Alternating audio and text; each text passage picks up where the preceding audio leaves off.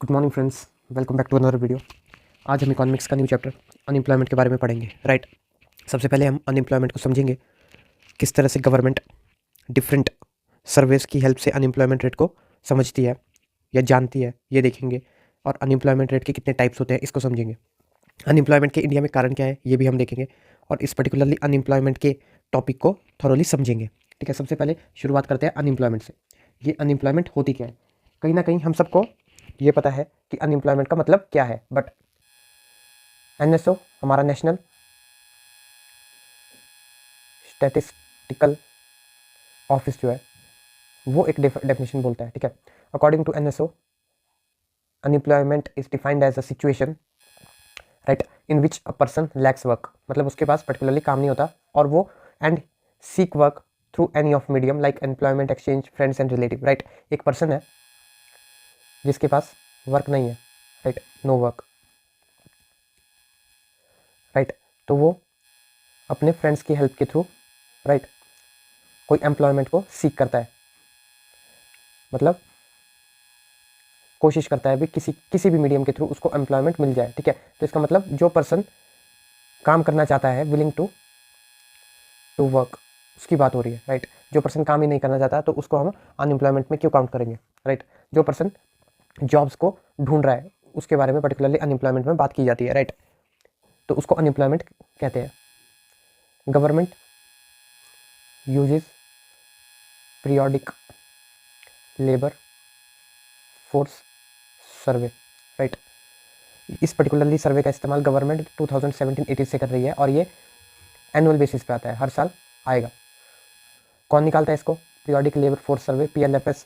Right, इसको निकालेगा ओ NSO. Right, periodic labour force survey को एनएसओ निकालता है। तो इसमें सबसे पहले हम जानते हैं कि लेबर फोर्स का क्या पार्टिसिपेशन रेट रहा है। राइट, सेकंड, हमारी वर्कर पॉपुलेशन रेशो क्या रही है, जिसको हम WPR भी बोलते हैं। और थर्ड, हमारा अनएम्प्लॉयमेंट रेट क्या रहा है। राइट, ये सिर्फ अनएम्प्लॉयमेंट रेट को ना मेजर करते हुए अदर डायमेंशंस को भी कवर करता है। अब लेबर फोर्स पार्टिसिपेशन रेट से हम क्या समझते हैं? मतलब टोटल पॉपुलेशन में से कितने परसेंट जो है वो लेबर फोर्स में प्रेजेंट है। राइट, मतलब लेबर फोर्स का क्या मतलब है? वो लोग जो काम करने के लिए अवेलेबल है या तो फिर वो काम ढूंढ रहे हैं। ठीक है, उनको पर्टिकुलरली लेबर फोर्स के अंदर रखा जाएगा। राइट, मतलब person in labour to the total population. और पर्सन इन लेबर का मतलब होगा जो काम कर रहे हैं और जो ढूंढ रहे हैं। राइट, उन दोनों को कंसीडर किया जाएगा।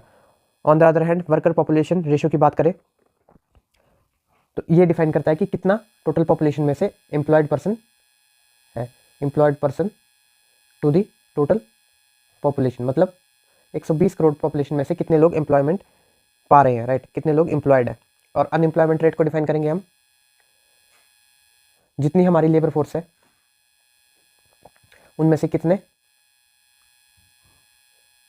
अनएम्प्लॉयड है। राइट, लेबर फोर्स का क्या मतलब समझाया मैंने आपको? ठीक है, person in working plus person seeking work. Right, मतलब कितने इन शॉर्ट ऐसे लोग हैं जो लेबर फोर्स में अभी भी काम ढूंढ रहे हैं, उनको अनएम्प्लॉयमेंट रेट में शामिल किया जाता है। अब अनएम्प्लॉयमेंट कितने टाइप की होती है? राइट, सबसे पहले हम देखेंगे डिस्गाइज्ड अनएम्प्लॉयमेंट।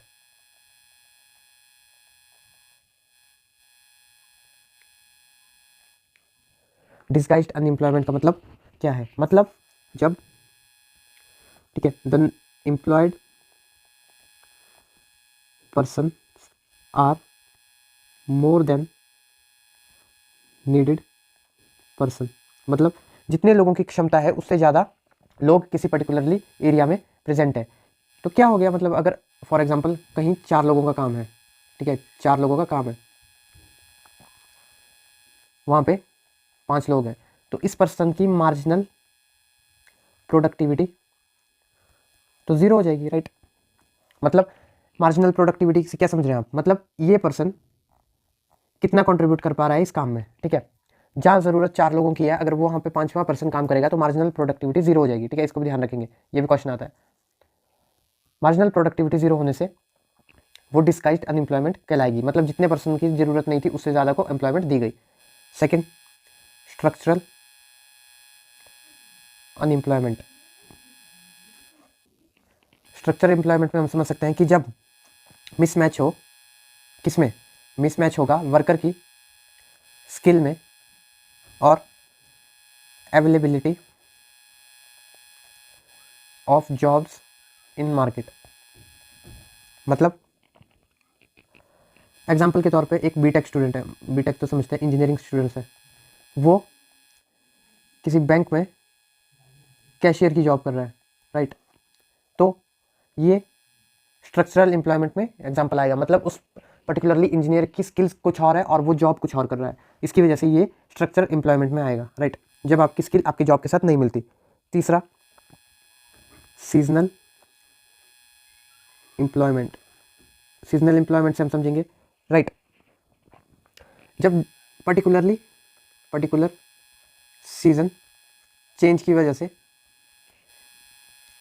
जॉब चेंज हो जाती है, या बंद हो जाती है,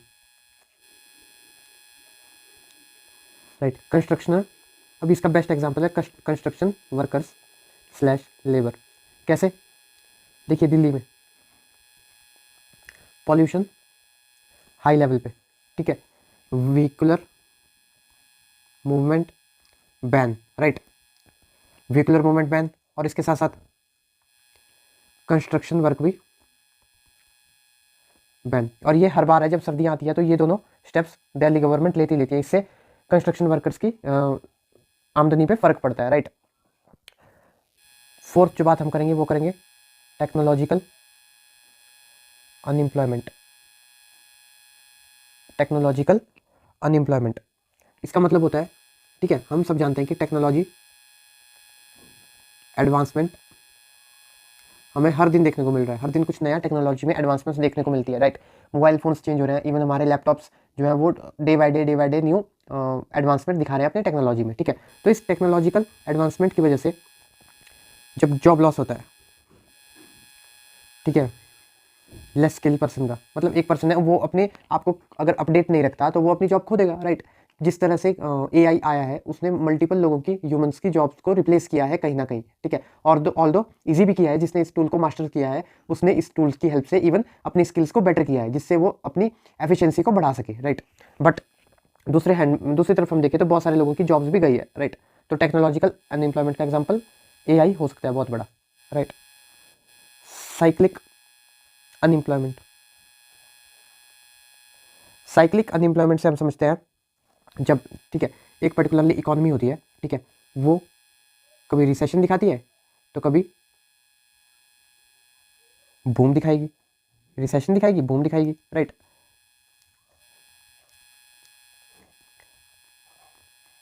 लेकिन जब इस पर्टिकुलरली साइकिल की वजह से जॉब्स लॉस होता है तो उस लॉस को हम साइक्लिक अनएम्प्लॉयमेंट के अंदर डालते हैं, राइट, साइक्लिक अनएम्प्लॉयमेंट के अंदर डालते हैं। इसके बाद का एग्जांपल, इसके बाद का type, frictional unemployment. Frictional unemployment, ठीक है, मान लीजिए एक पर्सन है A, ठीक है, ये बैंक में जॉब करता है, ठीक है, तो ये इसको ऑफर किसी बड़े बैंक से आता है, या ऑफर नहीं आता, अभी ऐसा मानिए ऑफर नहीं आया, ठीक है, लेकिन ये पर्टिकुलरली बैंक में अपनी जॉब से सेटिस्फाई नहीं है, राइट, सेटिस्फाई नहीं है, तो ये बैंक की जॉब को छोड़ देता है, राइट। तो जो टाइम इसने छोड़ा है और जो नेक्स्ट टाइम तक जितने टाइम गैप में इसने न्यू जॉब ज्वाइन की है, ठीक है, जो जितने टाइम के लिए ये पर्टिकुलरली अनएम्प्लॉयड था, उस पर्टिकुलरली अनएम्प्लॉयमेंट को हम फ्रिक्शनल अनएम्प्लॉयमेंट बोलेंगे। जितने टाइम पीरियड के लिए, ठीक है, जॉब्स के बिटवीन स्विच करने में जितना टाइम इसको लगा, उस पर्टिकुलरली स्पैन ऑफ टाइम को हम फ्रिक्शनल अनएम्प्लॉयमेंट बोलेंगे। इसको वॉलंटरी भी बोला जाता है, वॉलंटरी अनएम्प्लॉयमेंट, जिसमें पर्टिकुलरली पर्सन अपने डिसीजन के बेस पे अपनी जॉब को छोड़ता है और नेक्स्ट जॉब को लेता है, ठीक है। अभी हम वही देखने वाले हैं, वॉलंटरी और unvoluntary. Sorry involuntary, right. Voluntary unemployment वो होगी जब पर्सन खुद ओन चॉइस से अनएम्प्लॉयड है, वेयर एज इन इनवॉलेंट्री क्या होता है, right. Person willing to do work but unable to find job, उसको पर्टिकुलरली इनवॉलेंट्री अनएम्प्लॉयमेंट बोला जाता है, राइट। अब अनएम्प्लॉयमेंट्स के बारे में हमने पढ़ा, उसके टाइप्स के बारे में पढ़ा, राइट। अब इसका कॉज क्या है, इंडिया के कंटेक्स्ट में देखते हैं, राइट।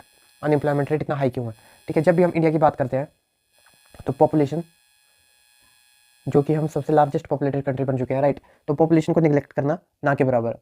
जब रिसोर्सेज की बात आती है तो हमारा कंजप्शन सबसे ज़्यादा होगा, राइट। वैसे ही जब जॉब्स की बारी आएगी तो तब भी हमारा कंजप्शन जॉब्स के लिए सबसे ज़्यादा होगा, क्योंकि हम डेमोग्राफिक डिविडेंड में है। मतलब हमारी वर्किंग पॉपुलेशन जो है वो ज़्यादा है हमारी ओल्डर पॉपुलेशन से, राइट।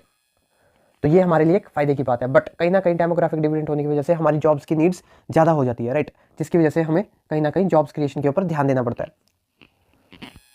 पॉपुलेशन एक बड़ा कारण है, राइट। लो इन्वेस्टमेंट, अगर हम बात करें इंडिया की, मैन्युफैक्चरिंग सेक्टर में इन्वेस्टमेंट बहुत कम है, क्योंकि हमारी इकोनॉमी ने एग्रीकल्चर से सीधा सर्विस सेक्टर के पे जंप किया था, जो कि हम सब जानते हैं मैन्युफैक्चरिंग सेक्टर में इतना हमने इन्वेस्टमेंट नहीं किया, जिससे कि हमारा जॉब क्रिएशन इतना नहीं हो पाया। थर्ड, एग्रीकल्चर डोमिनेंस, ठीक है। अभी भी हमारा एग्रीकल्चर सेक्टर मोर देन 50% लोगों को एम्प्लॉयमेंट जनरेट कराता है। कहीं ना कहीं एग्रीकल्चर में स्टैग्नेंट ग्रोथ जैसी चीज़ों की वजह से हमारा अनएम्प्लॉयमेंट रेट अभी भी नीचे नहीं आया है। इसके साथ साथ अब हम फॉर्मल और इनफॉर्मल सेक्टर के बारे में भी देखते हैं, राइट। फॉर्मल स्लैश इनफॉर्मल, या इनको डिफरेंसेस में करते हैं, फॉर्मल के साथ साथ इनफॉर्मल सेक्टर, राइट। सबसे पहले बात करते हैं फॉर्मल सेक्टर के। जब कॉन्ट्रैक्ट हो बिटवीन एम्प्लॉयर एंड एम्प्लॉय वो होता है जो जॉब करता है, एम्प्लॉयर वो होता है जो जॉब पे रखता है, right. There will be a contract between the employer and the employee, no contract as such, कोई भी कॉन्ट्रैक्ट नहीं होता, राइट, इनफॉर्मल सेक्टर में, राइट। फॉर्मल सेक्टर में रेगुलर वेजेस होंगे प्लस रेगुलर वर्किंग आवर होगा, वो बात अलग है, वर्किंग आवर होगा वो बात अलग है कि एक्स्ट्रा वर्क किया जा सकता है, राइट, ओवर टाइम किया जा सकता है, बट उसका आपको वेजेस मिलेंगे। On the other hand informal sector में इरेगुलर वेजेस होंगे, राइट। कभी दिहाड़ी 600 रुपये है तो कभी दिहाड़ी 500 रुपये है, और इरेगुलर वर्क है, राइट। कोई फिक्स टाइमिंग नहीं है कि 9 to 5 जॉब है, कब जब मन होगा जब काम आएगा तब ये करेंगे, राइट। ये रिकॉग्नाइज्ड होते हैं गवर्नमेंट के through, recognized as well as regulated भी होते हैं by government, right. No recognition, अब कोई कितनी दिहाड़ी लगा रहा है गवर्नमेंट के लिए ये हिसाब कर रखना काफ़ी टफ होता है, ठीक है। और रेगुलेशन तो बहुत ही टफ होती है। इसके साथ साथ अगर आप रिकॉग्नाइज नहीं कर पा रहे तो आप रेगुलेट कैसे करेंगे पर्टिकुलर चीज़ को, ये तो काफ़ी टफ सी एस्पेक्ट देखने को मिलता है हमको इन दोनों सेक्टर्स के बीच के डिफरेंस का, ठीक है। इसका एग्जाम्पल डिफरेंट प्राइवेट कंपनीज हम देख सकते हैं, राइट, कॉर्पोरेट जॉब्स देख सकते हैं, वेरएज़ यहाँ पे हमें स्मॉल इंडस्ट्रीज़ की बात हम कर सकते हैं, जहाँ पे वर्किंग लेबर को इनफॉर्मल सेक्टर की तरह ट्रीट किया जा सकता है, ठीक है। स्ट्रीट वेंडर्स, ठीक है, होम बेस्ड इंडस्ट्रीज़, मेन तो पटाखों की है, अभी दिवाली में इतने पटाखों की फैक्ट्री में आग लगी, राइट, तो वो इनफॉर्मल सेक्टर है, कोई उनका हिसाब नहीं है, राइट। तो ये डिफरेंस है फॉर्मल और इनफॉर्मल सेक्टर में। इसी तरह एक अब हम इंपॉर्टेंट हम देखते हैं गिग वर्कर, और इसके बाद हम वीडियो को ख़त्म करेंगे। देखिए गिग वर्कर एक, इवन गवर्नमेंट भी इस पर्टिकुलरली गिग वर्किंग इकोनॉमी की तरफ कुछ लॉज और कुछ प्रोविज़न बनाने की तरफ सोच रही है, क्योंकि day by day Zomato Swiggy जैसे जो पर्टिकुलरली ऐप जो एम्प्लॉयमेंट प्रोवाइड करवाते हैं उनको रेगुलेट करना ज़रूरी हो गया है, क्योंकि ये हमारी इकोनॉमी में कहीं ना कहीं लार्ज अमाउंट से कंट्रीब्यूट कर रहे हैं। अब गिग वर्कर का क्या मतलब है, ठीक है, गिग एक स्लैंग वर्ड है, राइट, जिसको उस जॉब्स के लिए यूज़ किया जाता है, jobs which do not last than a specific period of time, right. मतलब कुछ पर्टिकुलरली टाइम के लिए आपके पास वो जॉब है, उसके बाद आप एम्प्लॉयड नहीं होते उस पर्टिकुलरली जॉब में, राइट। इंडिपेंडेंट कॉन्ट्रैक्टर होते हैं, online platform worker, right, example Zomato, Swiggy, ये सब एक गिग वर्किंग में आता है, राइट। वही बात है, प्लेटफॉर्म बेस है कि नॉन प्लेटफॉर्म। ये प्लेटफॉर्म है जोमेटो और स्विगी, तो ये प्लेटफॉर्म बेस होंगे, राइट। ओला, उबर, ये सब जो है ये गिग वर्किंग में आता है।